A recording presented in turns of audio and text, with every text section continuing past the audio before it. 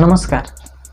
आपण माने केबे भाबिकी देखिछन्ती कि गोटे नोट बनैया पई केते टंका खर्च हुए? सरकार किंबा आरबीआई पई नोट छापिया पई केते टंका लागे? रिसेंटली आरटीआई रो फाइल अनुसार 10 टंकार नोट को प्रिंट करिया पई आरबीआई को 96 पैसा खर्च करिया को पड़ो।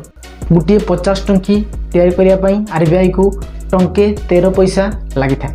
गोटे 100 टंका पई टंके 17 पैसा एवं गोटे 500 टंकी पई टंका 29 पैसा खर्च होइते एवं खुचरा पैसा तैयारी करिया पई अधिक खर्च होइते कारण यह मेटल द्वारा तैयारी करा जाए। गोटे टंका किया कॉइन तैयारी करिया पई सरकार को टंके 11 पैसा खर्च करिया को पड़ी थाए जहां ता निज मूल्य ठारू भी अधिका।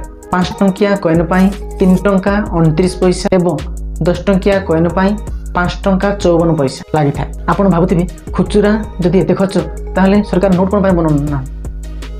यार अर्थ होची खुचरा